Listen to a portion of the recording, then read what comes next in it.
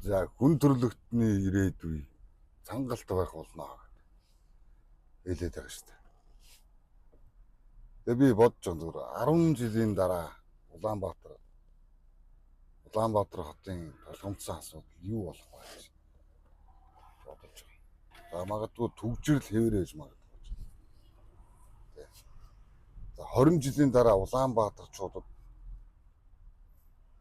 толгомцсон асуудал юу болох вэ гэж би бодож байгаа. Маш олон зүйлийг харж байна л да.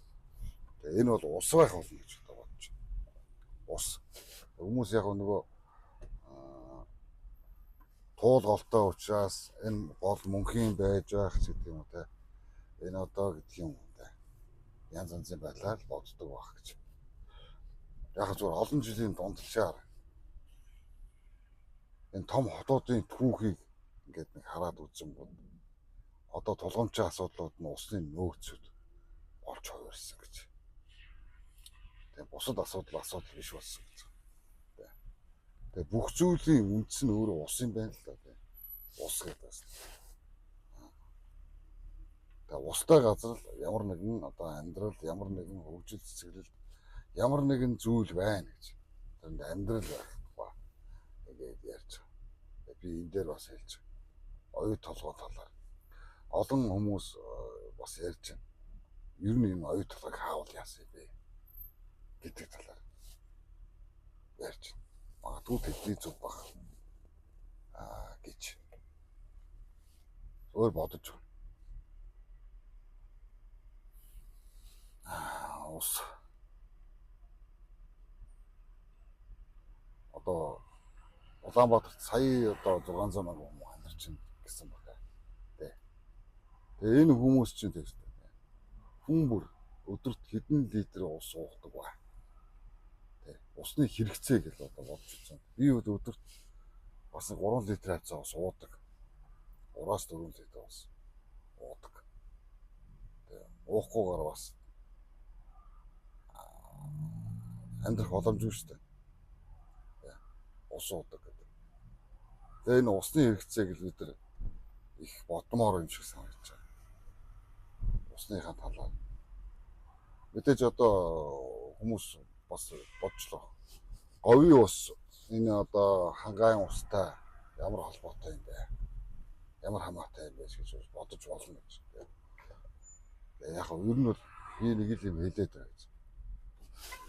Хүн бол цусан хангамжтай. Дэлхий бол усан хангамжтай гэж. Тэгээд ийм байгаа шүү дээ. Өөрөөр хэлбэл бид нар бол энэ усгүйгээр одоо амьдарч чадахгүй боломжгүй гэж. Усыг хордуулж, бохирдуулж болохгүй гэж. Усыг ширгээж за тэр ундраг гэдэг юм уу үүнийг бүр ингээд байхгүй болгож болохгүй гэж. Бид нар ийм далаад гарцгүй учраас тийм ээ ил ус маш цөөн учраас ингээд бид нар бодох ёстой гэж бодож байна. Өнөөдөр усны тухай бодож байна. Ямар ч бодлоо хэлээ шүү дээ. Энийг хүмүүс сонсохгүй байх гэж бодож байна. Тэгээ хамаагүй ямар ч сан би энийг ярихгүй бол энийг даваалцахгүй бол одоо бас галзуурчих гэдэг шүү дээ. Энэ усны хомсдын тухай гэж бодож байгаа. Өнөөдөр Бандны онтрыг гэрээ хэлцээрийн тухай бас мэдэгдсэн байна.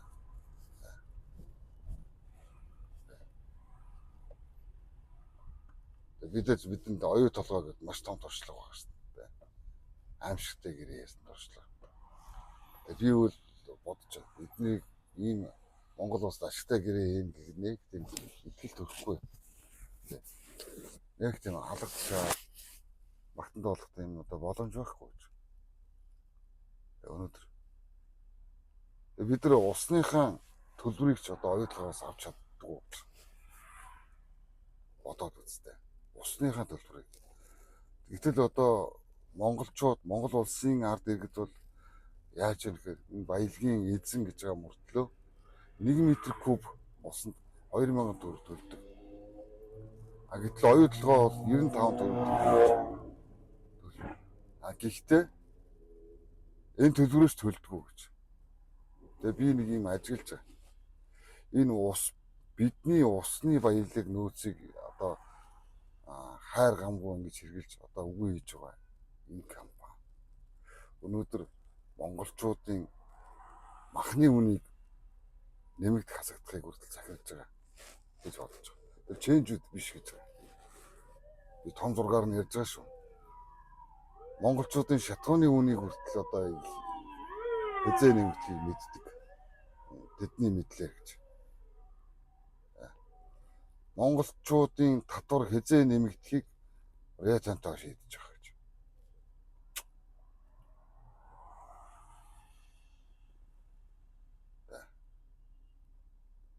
Энэ сар Монголд хэдэн хүн хавдраар өгөхийг бас Рио Тинто баг мэдчих واخ гэж. Яагаад гэж. Бүх зүйл одоо энэ Монгол улсад орж иж байгаа мөнгө хөрөнгнөөс хамааралтай болж байна.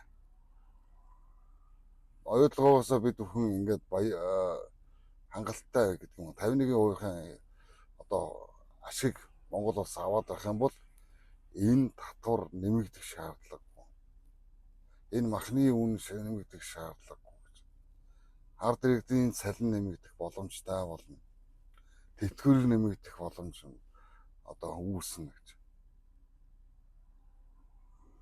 Хүмүүс чанартай одоо хоол хүнс бүтээгдэхүүн хэрэгжилж хавдар тусах магадлал энэ зүйл буурна гэж. Эрсдлүүд. Зүгээр бүх юм ийм шүү дээ гэж ойлгож байна. Тэгээ үндсэн хуулийн 6-гийн 1 заасны дагуу ард түмний энэ байгаль улсныхаа баялагынхаа эзэн юм бол одоо оюутлогоос авах энэ 300 тэрбум долларыг авъя л да. Монголчууд. Тэ. Гэхдээ зөвхөн ард түмэн гэдэг байна шүү дээ. Одоо төр аваад хэрэгэлдэг юм биш гэж байна. Тэ. Төр аваад тэргүү эдгээр төрд өөрлөсөн шунхаа балиар амтд яаж одоо хулгайлдгийг та нар мэднэ гэж. Бүгдээрээ мэдэж байна. Энийг би хэлж байгаа юм биш. Энэ 36 жилийн Монголын арчилсан одоо түүх хэлж байгаа. Тийм учраас нэг удаа энэ усныхаа төлбөрийг Рио Тинтогоос Монголын ард түмэн бүгдээрээ шаардаж шахаж чад усныхаа төлбөрийг эхлээд авъя. 300 тэрбум долларыг аваад. Нэг хүнд хэдэн одоо доллар ноогдох юм. Тэ? Би бол бодож байна. Иргэн баян бол улс баян гэдэг үгэнд итгэж байгаа шүү дээ. Улс нь баян байгаад иргэд нь ядуу байгааг одоо бид харж шүү дээ. Тэгэхээр бид нар бодох хэрэгтэй шүү дээ. Иргэн баян байж үзье. Тэгжээж улс нь баян бол. Одоо тэр Арабын улсуудыг хар, тэр Дубайг хар. Иргэд нь баян байж улс нь баян байгаа шүү дээ. Их жишээ. Зүгээр бодох хэрэгтэй байгаа гэж. Тэгээ одоо ингээ гудамжаар явж байгаа хүмүүсийг харъя. Үүр царайг нь харж байна. Бүгдээрээ л нэг уйтар, гунигтай гашуудлын нүүр царайгаар ийм фэстик явж. Өөрөөр хэлбэл бүү үр зээл дарамт энийг одоо тийм ямар нэгэн гашуудлын ийм гэж. Хүн болгонд надад ч гэсэн тийм одоо юм байгаа гэж. Бүгдээрээ л адилхан. Ийм бодогдож байгаа. Гэхдээ амьдрал богинохон шүү дээ. Амьдрал богинохон юм чинь энэ эх орныхон хишгээс амьдтай хүртмээр шүү дээ. Зөв. Тийм бодол байна. Би буруу яриад байна. Тэгээ би яг үндсэн хуулийг яриад байгаа юм л та. Үндсэн хууль тэгээ үндсэн амьд явах хүний хэрэгцээний тухай энэ яриад байгаа. Тэгээ энийг бас хүмүүсээ ойлгохгүй хаа гэж одоо бодож байна. Ямар ч сайхан наадаараа гэж хэлээ.